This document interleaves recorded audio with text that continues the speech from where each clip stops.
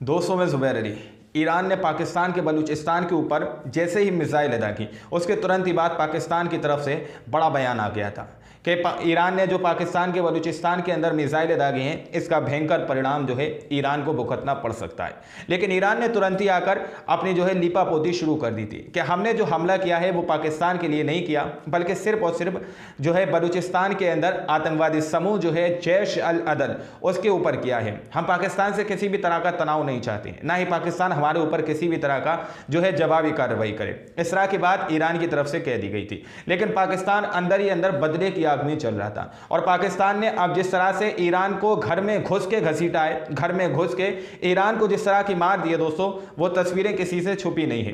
पूरी दुनिया आज उन तस्वीरों को देख रही है कि पाकिस्तान ने कितने भयंकर तरीके से ईरान के हवाई क्षेत्र में तकरीबन 50 किलोमीटर दायरे के अंदर घुस के ईरान के घर में घुस के ईरान को मारा, जिसके अंदर बताया जा रहा है तकरीबन 7 लोग गंभीर रूप से घायल हो गए या पूरी तरह से वो खत्म हो चुके हैं। दोस्तों, इसी बीच बड़ा सवाल ये उठता है कि आखिर जंग जो है इजराइल और हमास के बीच चल रही थी, इजराइल और हमास के बीच ये जंग चल रही थी, तो ईरान ने पाकिस्तान के बलूचिस्तान पर हमला क्यों किया? आखिर ईरान ने पाकिस्तान के ऊपर मिसाइलें क्यों दागी? जब ईरान ने दाग दी थी बलूचिस्तान के अंदर, जिसमें आतंकवादी समूह के कई ठिकाने नष्ट हो गए थे, और ईरान ने साफ तौर पर यह बात कह दी थी कि हमने पाकिस्तान पर हमला नहीं किया, सिर्फ उस आतंकवादी संगठन जो समूह है उस पर हमला किया, तो पाकिस्तान ने इसके जवाब में आखिर क्यों ईरान के ऊपर मिसाइल दागी? दोस्तों, इसके पीछे एक बहुत बड़ी कहानी है। अगर आप लोग इस पूरी वीडियो को देख लेंगे, सारी रिपोर्ट जब मैं आप लोगों के सामने रखूंगा एक एक करके, तो शायद आप लोग कड़ी दर कड़ी जोड़कर समझ पाएंगे कि आखिर ईरान ने पाकिस्तान के ऊपर मिसाइलें क्यों दागी। ईरान को तो इजराइल के खिलाफ एक्शन लेना था, लेकिन उसने पाकिस्तान पर मिसाइलें दागकर आखिर क्या साबित किया? ये बहुत बड़ा सवाल है दोस्तों। सबसे पहले हम लोग शुरुआत करेंगे गजा और फिलिस्तीन के। फिलिस्तीन और गजा के अंदर इजराइल जिस तरह से पिछले तकरीबन 100 दिनों से नरसंहार करता हुआ नजर आ रहा है। जब भी इजराइल कोई भारी जो है कार्रवाई फिलिस्तीनियों पर और गजा में करता था, हालांकि हर दिन जो है फिलिस्तीनियों और गजा के लिए भारी दिन गुजर रहा है, हर रात वहां पर मुश्किल की घड़ी है, लेकिन इसके बावजूद ईरान की तरफ से कई बड़ी चेतावनियां इजराइल को दी जा चुकी हैं। आज तकरीबन 23,000 लोग शहीद हो चुके हैं गजा के अंदर, और इजराइल आज भी अपनी पूरी तरह से इंसानियत खो बैठा है और गजा और फिलिस्तीन पर इतने भयंकर तरीके से वो हमले कर रहा है। पूरी दुनिया उस हमलों को देख रही है, और तुरंत ही बाद जिस तरह से ईरान अपनी तरफ से बड़ी चेतावनी इजराइल को दे रहा था कि गजा के अंदर नरसंहार को वो बंद कर ले, फिलिस्तीन को पूरी तरह से आज़ाद कर ले। 100 दिन बाद ईरान को इस बात को याद आता है कि आखिर फिलिस्तीनियों का नरसंहार हो रहा है, गजा के अंदर भयंकर रूप से बमबारी हो रही है, तो तुरंत ही ईरान बदले की आग में जलने लगता है और उसने अपने जामकरन मस्जिद के ऊपर एक रेड फ्लैग लहराया था। हमने आप लोगों को बताया था पिछली रिपोर्ट में, आप लोगों को शायद याद होगा कि जामकरन मस्जिद के ऊपर ईरान जब भी रेड फ्लैग लहराता है, लाल झंडा जो लहराता है, बताया जाता है कि उसका मकसद ये होता है कि अब ईरान बदला चाहता है, यानी कि ईरान अब बदले की आग में जल रहा है। तो उसने जामकरन मस्जिद के ऊपर ईरान ने अपना झंडा लहरा दिया था, यानी कि वो अब बदला लेने वाला था, इजराइल के ऊपर वो मिसाइलें दागने वाला था, जिस तरह से इजराइल के खिलाफ वो बयान देने वाला था।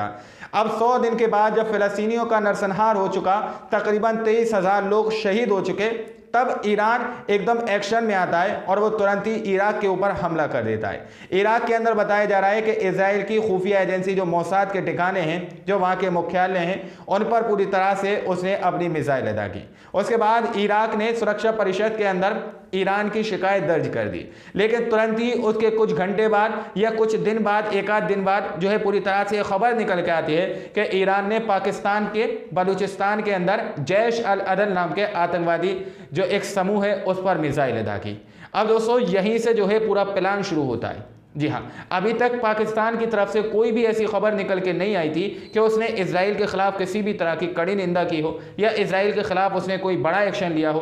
फिर क्यों ऐसे वक्त, फिर क्यों जब पूरी दुनिया के अंदर जो है जंगें छिड़ी हुई हैं, अमेरिका यमन से भिड़ा हुआ है, वहीं पर उत्तर कोरिया साउथ कोरिया से भिड़ा हुआ है, साउथ अफ्रीका ने बहुत सारे देशों को अंतर्राष्ट्रीय न्यायालय के अंदर घसीटने का काम किया है, उस वक्त ईरान ने पाकिस्तान पर हमला क्यों किया? ईरान ने बलूचिस्तान के अंदर हमला क्यों किया? ये एक बहुत बड़ा सवाल है दोस्तों। इस वक्त ये सबसे बड़ा सवाल है कि आखिर ऐसे वक्त में ईरान ने बलूचिस्तान के अंदर हमला क्यों किया। आखिर इस हमले से किसको फायदा होने वाला है, आखिर किसको ईरान ये फायदा देने वाला है। एक तरफ इराक पर वो हमला करता है तो दूसरी तरफ पाकिस्तान के अंदर वो हमला करता है। दोनों तरफ एक ही बातें ईरान कहता हुआ नजर आ रहा है कि ये दोनों के लिंक जो है इजराइल से है।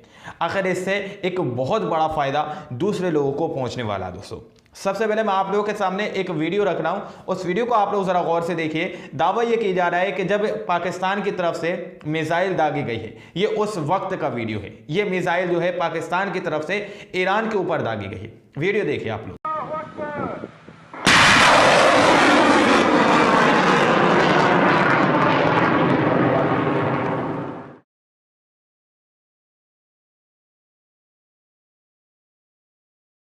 किस तरह से ये मिसाइल जो है ईरान की तरफ दागी गई है, इस रिपोर्ट को देखिए।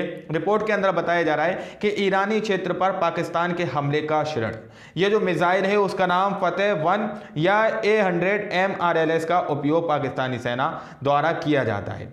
इन दोनों में से एक ये जो है मिसाइल है। दोस्तों इस तरह की बात की गई है कि पाकिस्तान ने साफ तौर पर ईरान पर कई मिसाइलें दागी हैं, जिससे ईरान के अंदर की हालात बहुत ज़्यादा गंभीर बताए जा रहे हैं। ईरान के अंदर बहुत ज़्यादा दोस्तों कोहराम मच चुका है, जनता जो है बहुत ज़्यादा दहशत में आ चुकी है। पाकिस्तान ने घर में घुस के मारा है। रिपोर्ट में आप लोगों को दिखाऊंगा, लड़ाकू विमान जो है दोस्तों उसने ईरान के अंदर घुसोड़ दिए। ईरान के अंदर घुस के वो लड़ाकू विमान जो है साफ तौर पर वापस भी आ गए और इस चीज से पूरी दुनिया को उन्होंने रूबरू करा दिया पाकिस्तान की सेना ने कि हाँ, ईरान भी जो एयर डिफेंस के नाम पर दुनिया पर रोब झाड़ता है, उसके पास भी कोई एयर डिफेंस नहीं है, वो भी अपने आप को नहीं बचा पाया।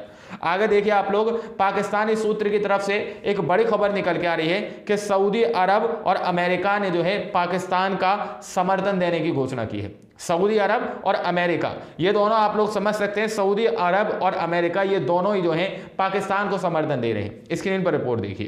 पाकिस्तानी सूत्र, सऊदी अरब और अमेरिका ने पाकिस्तान को समर्थन देने की घोषणा की है। इस बीच भारत ने पहले ईरान के प्रति अपना समर्थन दिखाया, यानी कि पहले ही उन्होंने साफ तौर पर ईरान ने जो है पाकिस्तान को है, हमारे इंडिया ने अपना समर्थन दे दिया है कि हम जो है ईरान के संग अपना समर्थन देते हैं कि ईरान ने जो किया है अपने डिफेंस के नाम पर किया है। लेकिन सऊदी अरब और अमेरिका पाकिस्तान के संग हो चुके हैं दोस्तों। वहीं पर दोस्तों पाकिस्तान के चीफ जो है आर्मी के चीफ, उनकी तरफ से बड़ा बयान निकल कर आया है कि हमारे लिए हमारी जनता, हमारे नागरिकों से बढ़कर कोई नहीं है। हम अपनी जनता की सेवा, अपनी जनता की रक्षा करना अच्छी तरीके से जानते हैं। ईरान इन बातों को कहकर जो है अपना पल्ला नहीं झाड़ सकता कि उसने सिर्फ और सिर्फ इजराइल के आतंकवादी जो है, इजराइल के लोग जो हैं, यानी इजराइल की एक शाखा पाकिस्तान के बलूचिस्तान के अंदर बैठी हुई है, इसको कहकर उसने आसानी से जो है पाकिस्तान पर हमला कर दिया। तो हम इस बात को कतई बर्दाश्त नहीं करेंगे। स्क्रीन पर आप लोग इस फोटो को देख सकते हैं, रिपोर्ट को। Pakistani chief army staff general Syed Asim money ने ये बात कही है, हमारे लिए हमारे लोगों की हिफाजत और सलामती से ज़्यादा मुक़द्दस कोई चीज़ नहीं है। यानी कि हमारी जनता जो है हमारे लिए है, हमारे लिए सबसे ज़्यादा मुक़द्दस, और उनकी सलामती के लिए और कोई चीज़ हमारे लिए मायने नहीं रखती है। और इन्हीं के बदले में ईरान के ऊपर पाकिस्तान ने भयंकर जो है दोस्तों हमला किया है। पाकिस्तान की तरफ से कई मिसाइलें ईरान पर दागी गई है। इस बात को खुद तस्दीक किया गया है, पाकिस्तान ने खुद इस बात को माना है कि हाँ, उसने जवाबी कार्रवाई जो है ईरान के ऊपर की है। दोस्तों जवाबी कार्रवाई में ईरान के ऊपर कई मिसाइलें दागी गई हैं। स्क्रीन पर रिपोर्ट देखिए। दावा किया जा रहा है कि पाकिस्तानी हुक्काम ने तस्दीक की है, यानी कि पाकिस्तान के लोगों ने तस्दीक की है कि उनके मुल्क ने जो है मशरकी ईरान में हमले किए हैं। एक और मिसाइल का वीडियो जो है यहाँ पर शेयर किया गया है, आप लोग देखिए।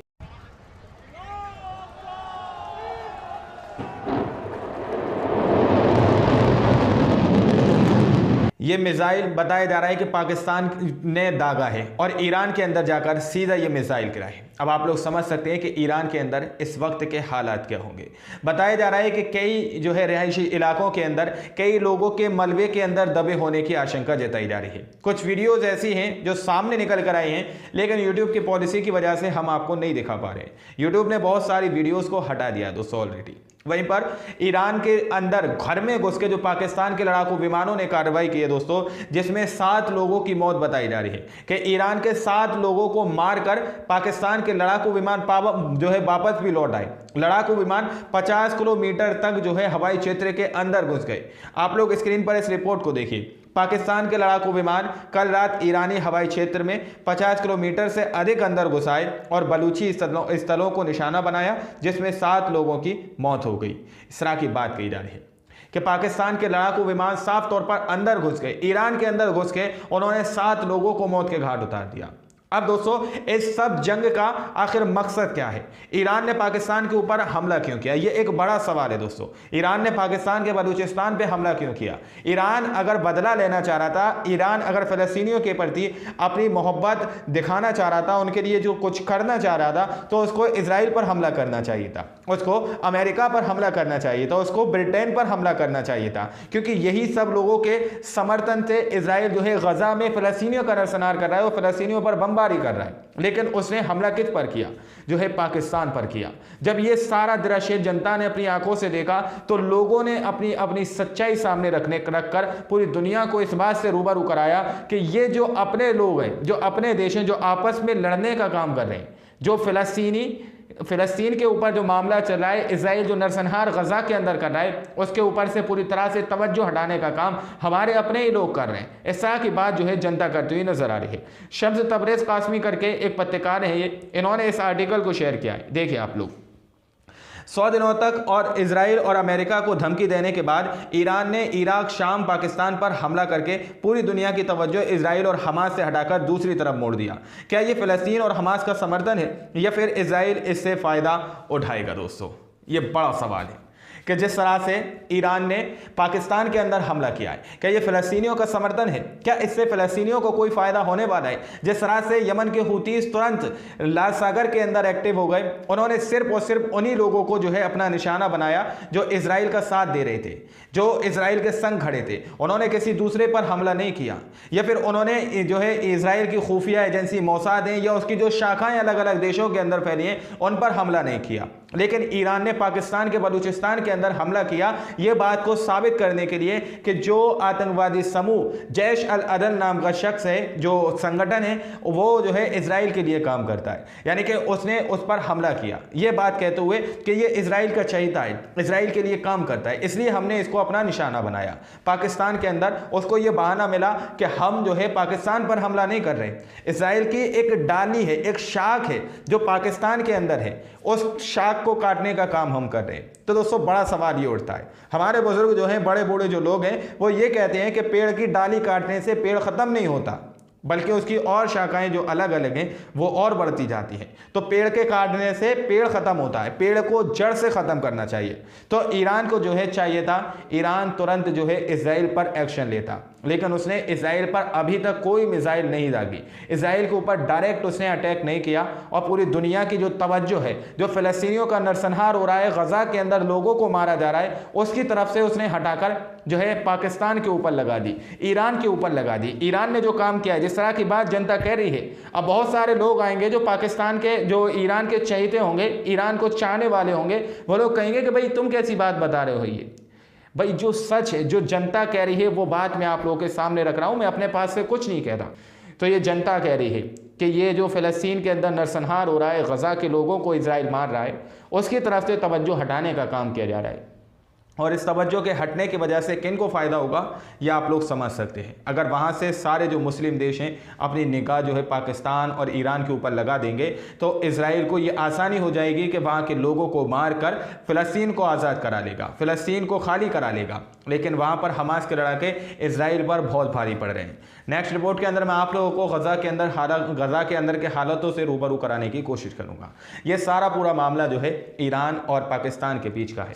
बाकी आप लोग क्या सोचते हैं, अपनी राय कमेंट सेक्शन में हमें ज़रूर दीजिएगा। मिलता है अगली वीडियो में, जब तक के लिए अपना ख्याल रखिएगा।